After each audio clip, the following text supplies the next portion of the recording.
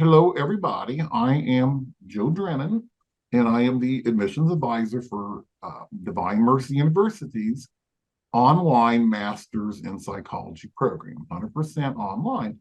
And I have with me today Debbie Berg. And Debbie graduated in 2019, and she's going to share a little bit about our stories. Now, we do have this chat feature, and you can see it on the bottom of it. Anytime you have a question, okay, um, we'll get it answered. We'll get it answered sooner than later. So, okay, so without further ado, we have Debbie Berg. So tell us what you want to tell us, Deb. Well, I was looking for a program that like Divine Mercy University offered. In fact, I was following it before it became a university, and I was considering joining with a certificate program. I just waited and waited and waited, and finally saw that I could, get reimbursed from work for taking a psychology course that was exactly, what I needed, something that was faith-based with my faith, that so the psychology, was something that I would completely agree with 100% with what was taught, and I could go at my own pace. So it was a perfect fit for me. I did not go the counseling track. I already had a full-time job counseling, so to speak, as a dietitian and a certified diabetes educator. What I did not need was a higher degree in nutrition. What I needed was a higher degree in understanding people better and helping people better. And so it was wonderful.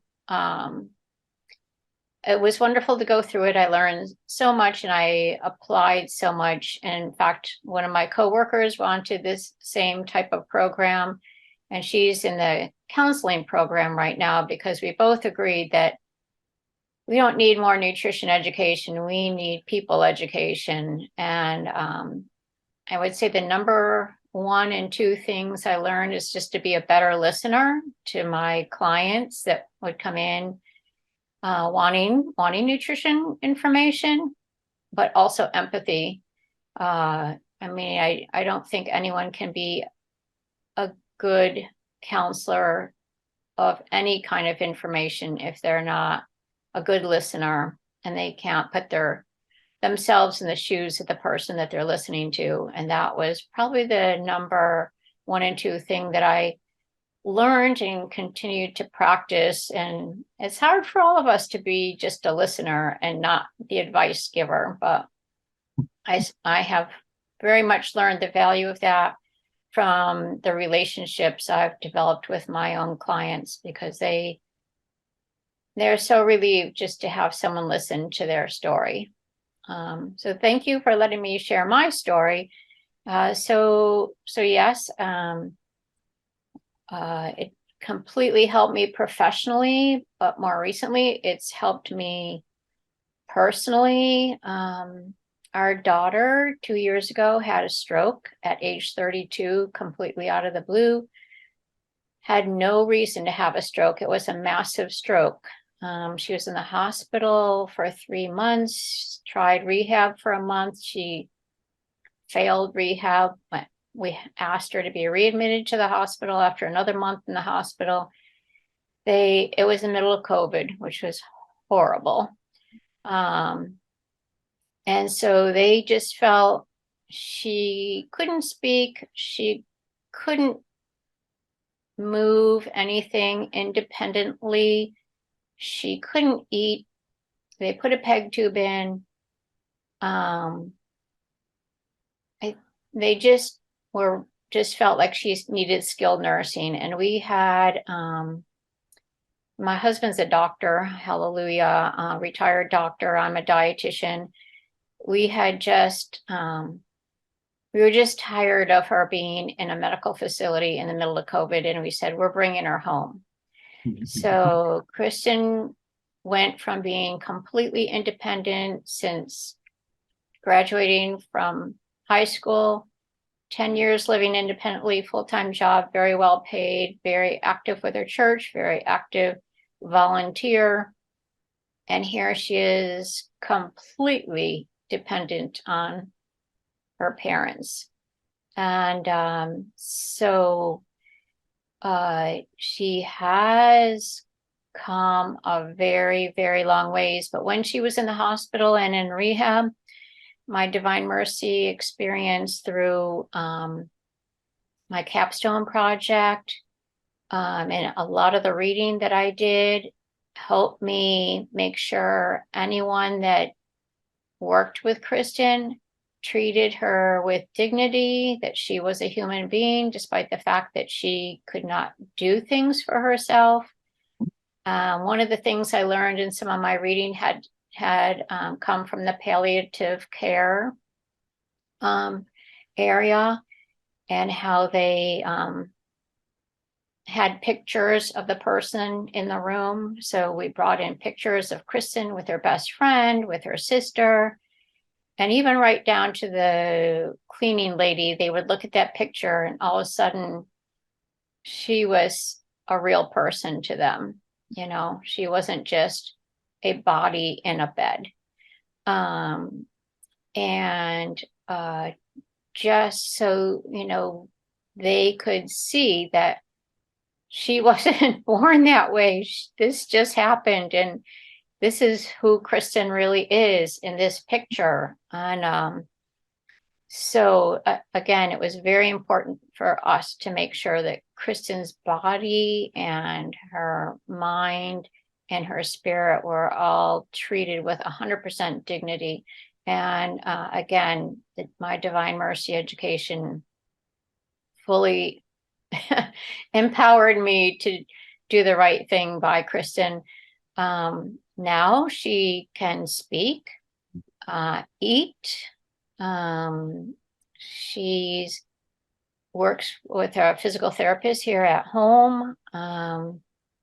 She is suffering from depression. So again, I have to be a good listener. I have to put myself in her shoes. I just ask a question, and no matter what she answers, the answer is right, you know, because it's her answer, not mine.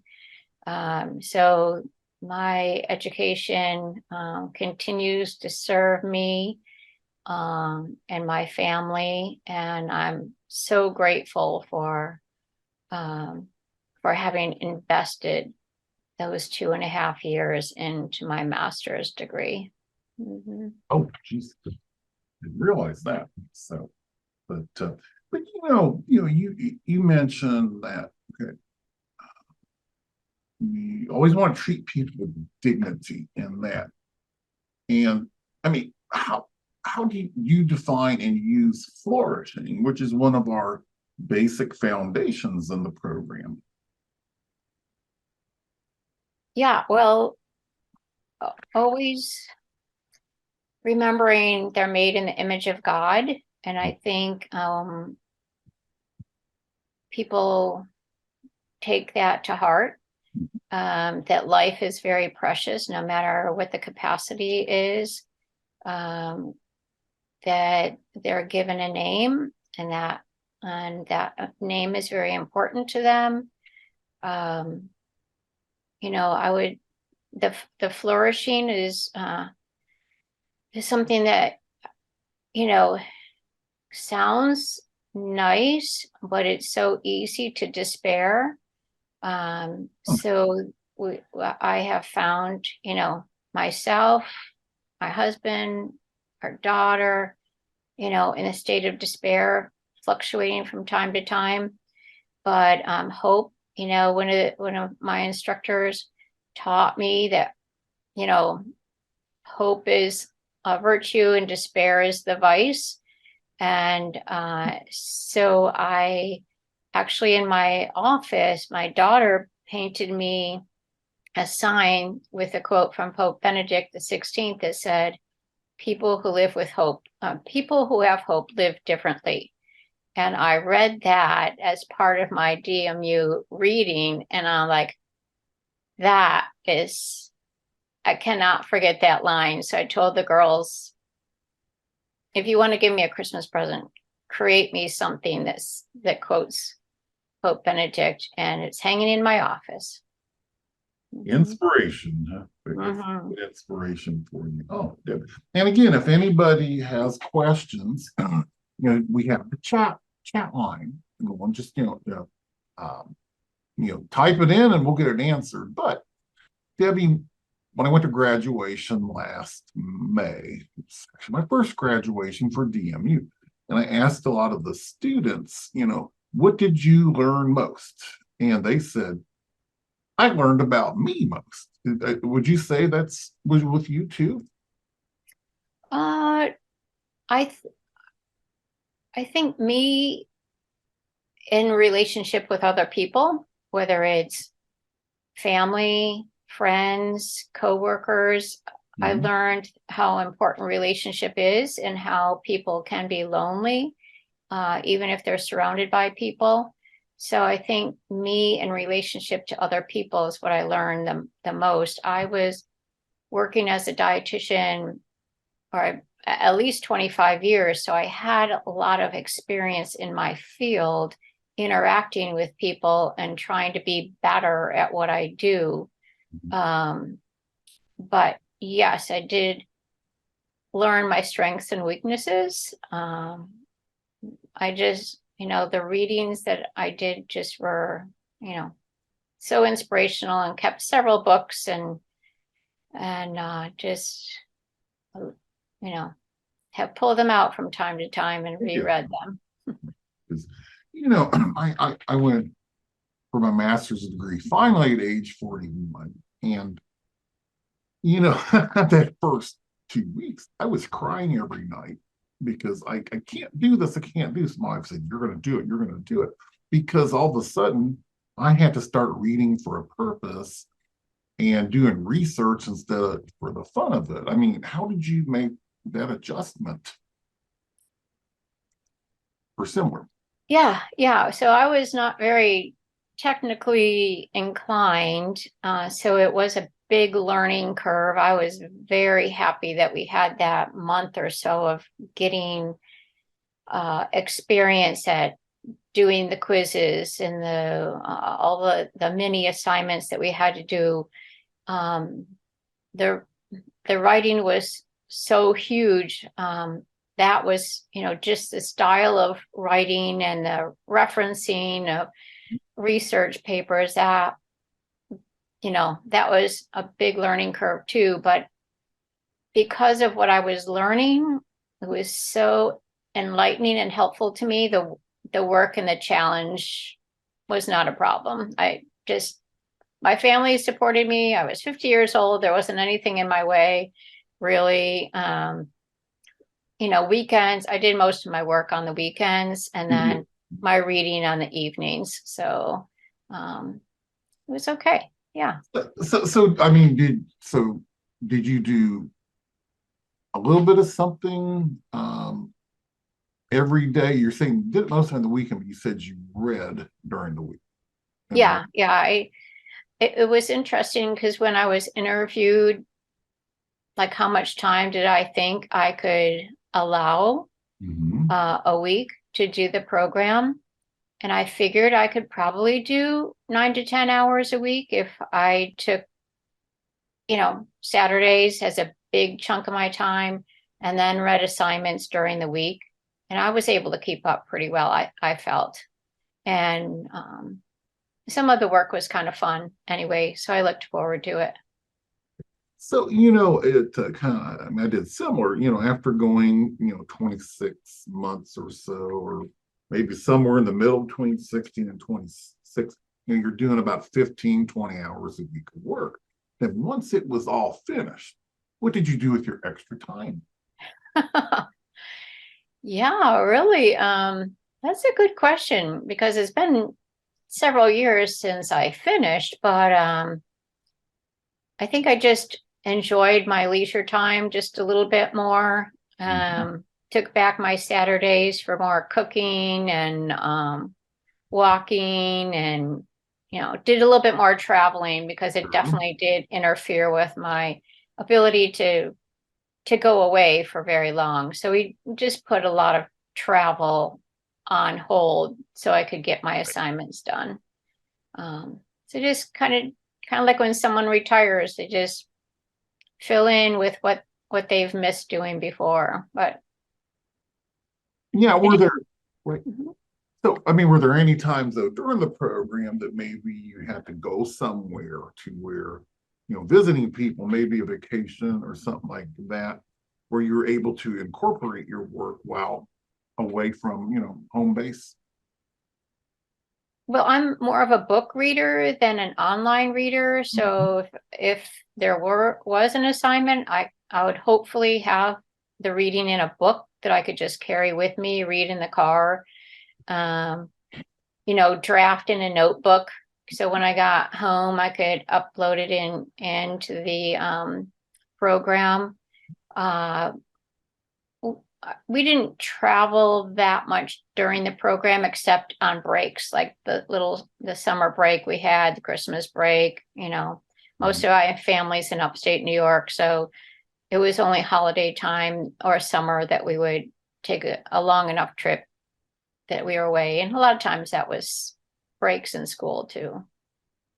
So, all students, master of psychology students have to do what we call a capstone paper.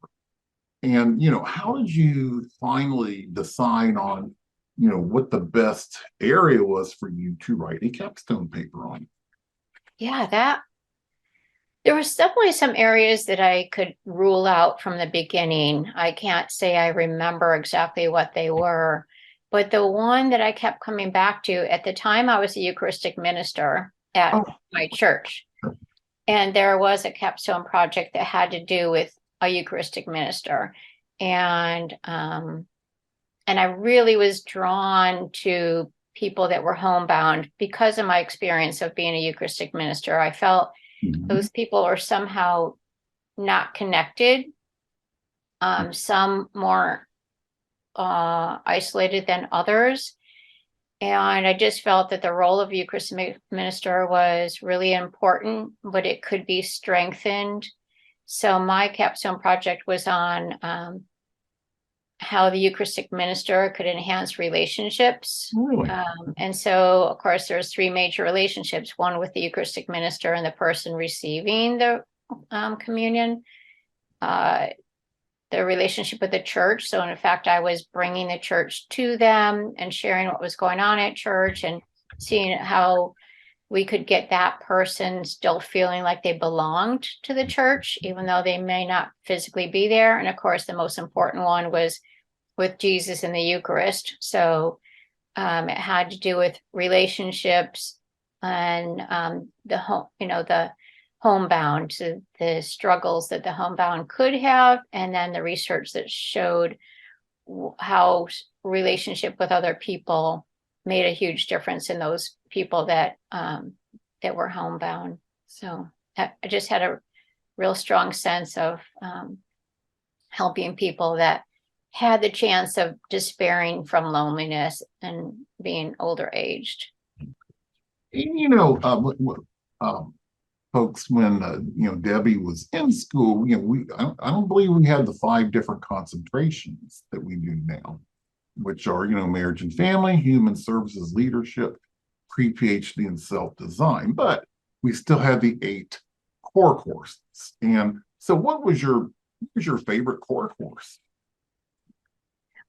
I and many others were very afraid of statistics, and our instructors like handheld us through that course, so we all did fine. But the philosophy I thought was going to be very challenging. But my daughter Kristen, who lives with us now, she minored in philosophy and she loved philosophy, still does. So I was a little afraid of that course too, but it turned out to be a very enriching course. And also I felt in my role as a nutrition counselor that the courses on the diagnosing of mental health disorders and how to manage those situations. I felt that was very important to my to my career with the persons might come in. I would come across people with eating disorders, history of, abusive marriages, all this baggage that influenced how they ate, how they thought, what they did, how they cared for themselves, their diabetes, and they just needed to be heard. Right. And I think, everybody's different on that. I know myself, if I'm going through a stressful time, I don't eat. I won't eat anything. And if I'm happy, I eat a lot. I know some people, when they're stressed, all they want to do is eat. And then when they're not stressed, they don't eat. So, I mean, how does that work? What'd you think from your? Well, so some of it is triggers and kind of helping them walk through what triggers them, thoughts, places, persons, and then just kind of helping them set very, very small goals, and surviving many experiences and helping them make a small, step in success to kind of reinforce it. But a lot of them are very deep and challenging, and again, just not in good relationships. So it's basically just accompanying them through their challenges and getting them on the other side if possible, putting people in their life that can help them, in a more professional way, because I'm not a professional counselor or therapist. But I felt like I knew what to do to help them. And so the eating disorders is pretty much, that was where I focused a lot of my mental health topics, because I had some patients with eating disorders. And again, a lot of that is a lot of history from their younger years that are just coming through. But when they see me, they're not intense. So they may have been through an intensive inpatient rehab program for their eating disorders. For me, if they see me, they're just kind of keeping their head above water in the real world. So, okay, that's very, very good, very rich to what you're saying, Debbie. But does anybody of the audience have any questions, for Debbie, about the program, other things? I mean, we covered a lot on that. So, anybody have any specific questions? Other than, I'm going to answer a lot of specifics, on my part of this, but okay, well, again, thank you, Debbie. Oh, it was a pleasure. It Oh. was nice to hear from DMU again, and I will continue to recommend it to people that are interested in the careers that DMU offers, and I'll continue to use what I learned. Okay, thank you so much. And again, you Yeah. can stay on, but as of right now, folks, I'm going to share my screen with you and give you more specifics on the master's degree in psychology program. And it is 100% online, meaning that the only time you would ever have to come to campus in Sterling, Virginia would be for graduation. And, we're a Catholic university. We got two schools, School of Counseling and School of, Psychological Sciences. And, but anyway, we are built on what we call the Catholic Christian meta model. And what this is, we deal with the whole person. And in secular psychology, from your state schools, they teach about the mind and behavior, and we certainly do too. But we add some philosophy in there, and we infuse some theology. And we do not have religion courses per se. However, we make references to the saints. And you know, my motto is, you know, have faith in your faith. And, you know, I never ask what your faith is. Sometimes you tell me, okay, but if you're a Catholic, Christian, you know, Jewish, Muslim, or whatever, you know, faith is when you believe in something higher than you, higher than you. So, and what we do in this flourishing could help anybody on that. Anyway, we were founded in 1999, and we started this program 100% online in psychology in 2014. And in 2015, we changed our name to Divine Mercy University. And we are accredited by the Southern Association of Schools, Colleges and Schools. And that's the same accrediting body that accredits Florida State up to Duke, you know, Sanford, you know, over into Texas and up through Kentucky. It's about 1/6 of the colleges in the U.S. in the southeastern part. And this is our program chair, Dr. Julia Clousley. And her big message is that when we form a class of about 25 or so students, okay, they don't all have, actually very few have bachelors in psychology. And a lot of them, they may have masters in other things. But this makes for a good, diverse learning group. And to add to that, you know, we can have students from all over the world, from Brazil to Africa to Australia, and that even adds more to it. So then the how is online different? And I don't know if you've had online classes before that you're taking for credit, or even maybe you took them in high school, but it's you know, they're on your schedule. And what Debbie was saying, that she did her work, you know, on the weekends. And when I did my master's, I would do probably about, I'm going to say 4 hours a night, Monday through Thursday. I took off Friday and I finished up my work on Saturday or Sunday. So, and we are built on the integrative approach of psychology for the deeper understanding of that whole person. So it's just not bromide or, you know, superficial. It's we try to find that deeper understanding through our Catholic Christian meta model. And you know, you can finish the program. Someone asked, can you do this part-time? Well, in a 16-month program, you're taking 2 classes at a time. In a 26-month program, you're taking 1 class at a time. And the nice thing about part-time, it's structured in a way so, you know, financial aid, if you're taking out student loans, can still cover it. And individual feedback from instructors, well, a lot of time in classes, same with me, my only feedback is the grade on my paper. How did I do?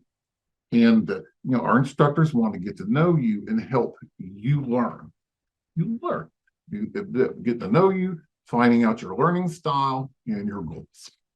And you know, 24, 25, pretty small class.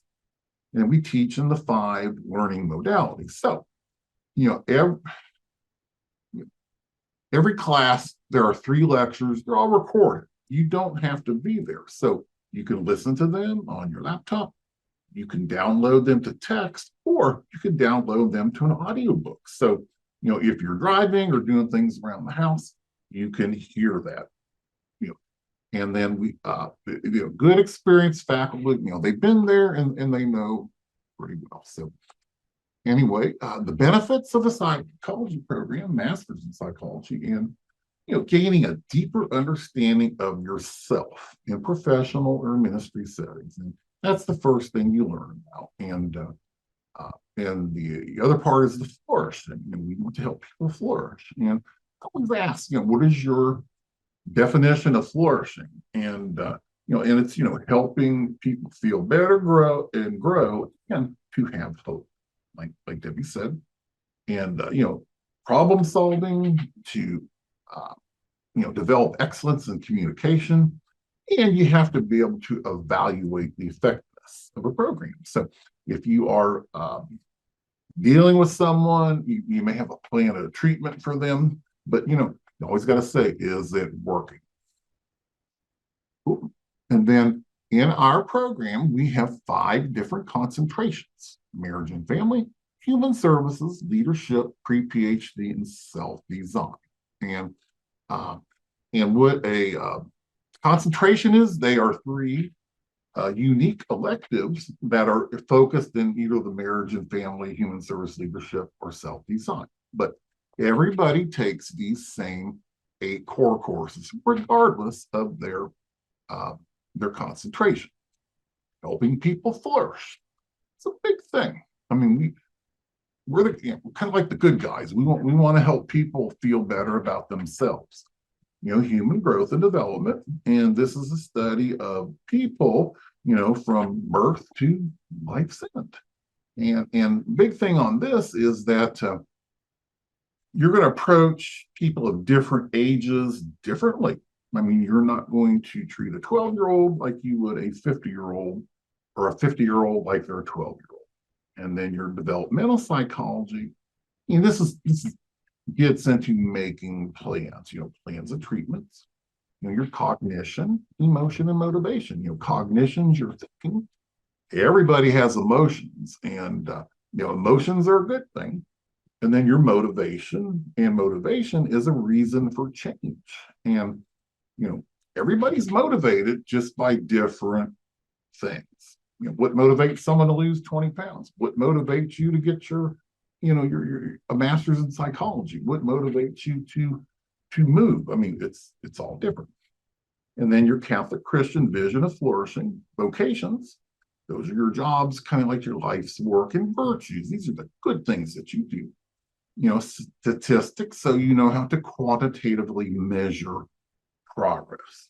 And many times you're doing group psychology, and we got a group of people. You have all kinds of different people in the group, and and how to handle that diversity in there. And then your research methodology, and this helps with your capstone paper. And all students to graduate, you have to write a capstone paper. And it could be on anything you want, as long as you have the psychology or the research to support it. So let me check these questions here. Okay, someone's wondering about the self-design. I'm going to get to that here very shortly. And then I have a priest, oh my God, Loyola Marymount, thinks it would help him. And I know financial involvement in the program. Well, yeah, I can get to that too. And we, okay, and all we have is a PhD in psychology. However, that is all on campus in Sterling, Virginia. So, and then, anyway, so, and I'll go over this briefly. In your, say you do marriage and family, and your electives are, Catholic Christian marriage and human sexuality, marriage and family interventions, and marriage and family systems theory. Now, one thing, this does get your certification. You earn certification. It's called FOCUS, FOCCUS, and that is when you're counseling, couples before they get married. And it is kind of a scientific way to help them, well, to compatibility and to see, in the future. But these are some of the different career opportunities afterwards, from, dioceses, head of child and family service organizations, and we must have one out there. And then family services worker, and then in the human services. Now, this gets more into social work. It's a very good thing, but leading and facilitating groups, and your relationships and interventions, personality, individual differences, and addictions counseling, which is a big thing today. Now, we don't do the license in the addictions, but that's something you can do afterwards. But it's just an awful problem today. Awful problem. They need help. And then your leadership.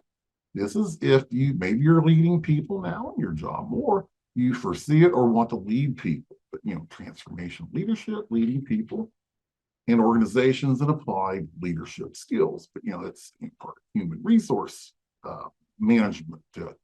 Focus groups is in there. Interpreting data through a psychology standpoint. And then your self-design, and it's the most popular. And in self-design, you pick one elective out of each of these areas. So you're getting a little bit of marriage and family, you get a little bit of human services, and a little bit of leadership in there. So that way you have a say-so in your major. But a lot of different, opportunities on that. And then we have a pre-PhD program. And this is for students who, well, you're going to go for your PhD, within maybe the next year. And we concentrate on thesis writing. And we have 6 1-credit hour courses on thesis writing.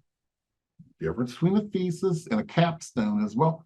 The thesis is a little bit more in depth, and you have to orally defend your thesis. So once you write your thesis, you're in a panel, probably on a Zoom meeting today, usually about 4 people. They have their paper, and they ask you questions on that. So, and one thing a master's also does is qualifies you to teach at a community college, because they have 100 and 200 level courses, and they could be online teaching too. So, and then in research, big things. And then these are, I guess, the good things about online learning. And you can work anywhere, anytime. So you can work from home, work from your office. You can work from your mother's house, your father's house. Okay, as long as you have an internet connection, and you'll always have access to our learning platform that is called Canvas. And Canvas it's the best. And they're all good now. Blackboard, they all get better and try to get better too. Because online learning it is the future. It is the present and the future. And then these 5 learning points: videos, books, classrooms, tutorials. You can download the audiobooks to, say if your native language is Spanish, or maybe, Italian or German, you can download them that if it helps you learn. And the feedback from instructors. You see. No, we do not have a PhD in pastoral theology.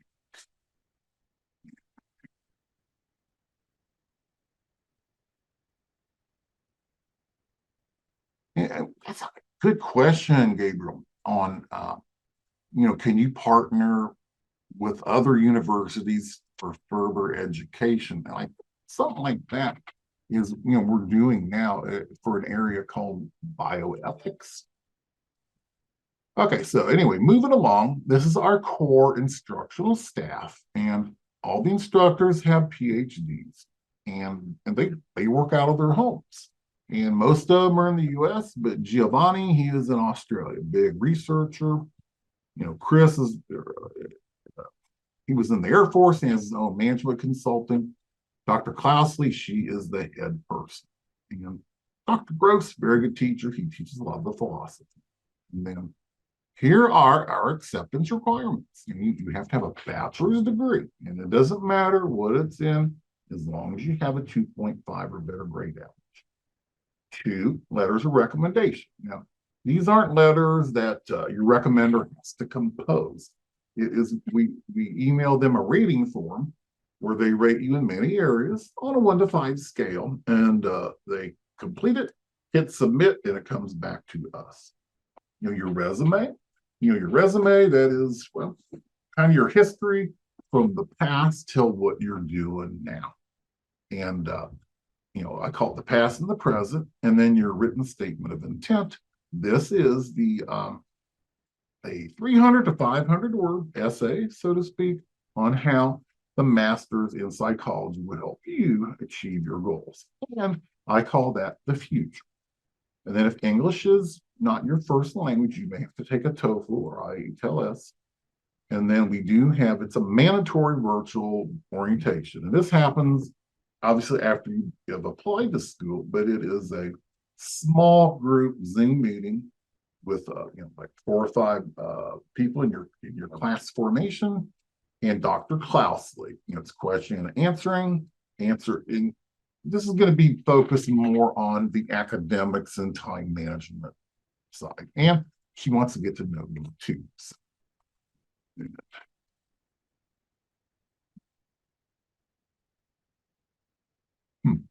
The counseling program, I can't answer that one. Okay, all right. So remember that. So, and then now we do have government financial aid. And when you get to master's level, the only thing the government does is they'll loan you the money. Okay. And they will loan you enough to cover everything. But we do have scholarships too to help, level the playing field a little bit. And, right now we have a $1,500 early admission or application scholarship just from getting your application in by Saturday, I believe. And then we have different ones, if you're in public service, a teacher, where you work, and many are, you write an essay. Okay. Anyway, that can take anywhere from, 10 to, 20, maybe 25% of your tuition reduced. And then this is our tuition. And it is $850 credit hour for 33 credit hours. And again, this is everything, books, everything. Okay. And without scholarships. The $50 per class, we call technology fee, $550, and a residency fee at $250. Now, the only time you're required to be online is that's after the last week of your first class, and it is called virtual residency, and that would be on a Monday and Friday from 10 to 5 Eastern time. So a Friday and Saturday, 10 to 5, and it's you, all your classmates, and all your instructors for a learning session, and it's fun. You really like it. Then a $55 application fee, you can always talk about, waiving that. So now, and again, this is for one class at a time. Now, if you do the 16-month, which is 2 classes at a time, I mean, it takes your tuition down, almost $3,000 because you're taking 2 classes. And and the way our classes are structured, whether you take 2 classes or 1 class at a time, we have a class that starts on the 10th of January. So a class lasts 8 weeks. Then you get a week off. And then you take your next 1 or 2 classes for 8 weeks, and then you get 2 weeks off. So that would be your spring break. And then in the summer, we only take 1 8-week class in the summer. Everybody just takes 1 class for 8 weeks. Then you get 5 weeks off.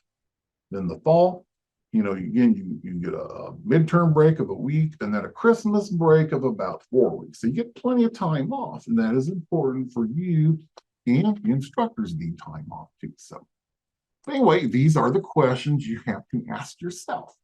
And from what I said, which we don't know yet, but will the completion of the program help you obtain your goals? And can you fit in the time? Realistically, you're taking 1 class at a time, you're looking at 15, 20 hours a week study. You may be able to do it, in 12 hours, but just given, realistic expectation. And if you're taking 2 classes, 25 to 30 hours a week. So if you're working full time, I suggest you take 1 class. And the good thing is everybody starts out with just 1 class. That's all we let you take it first, so you get adjusted. And then will financial aid work? Well, you don't know, until you get with financial aid and see what kind of scholarships you get, and see. Nobody goes for free, folks. Nobody goes for free. Some go for less, depending upon different things. And if you start the program, please, complete it. And that. So anyway, that is it. And let's see if I got any other questions here. And someone said, Gabriel, PhD pathway, instructor holds. Now, all our instructors have PhDs. And the thing about the pre-PhD, that's a great question, is, when you're doing a pre-PhD, our goal is to help you get published. Okay. And when you get published, they publish your thesis. That gives you an opportunity to get into more competitive PhD programs. And there are some PhD programs out there that, they give you stipends that, for your research work on that, if you're a good researcher. So anyway, we can go more into that, one-on-one, and that's so. Anyway, I thank everybody for being here today. I'm going to stop the share here. And, if you're interested, this is really a thumbnail sketch of what we do. And my procedure is, I would get with you, one-on-one, where we can, get to meet each other.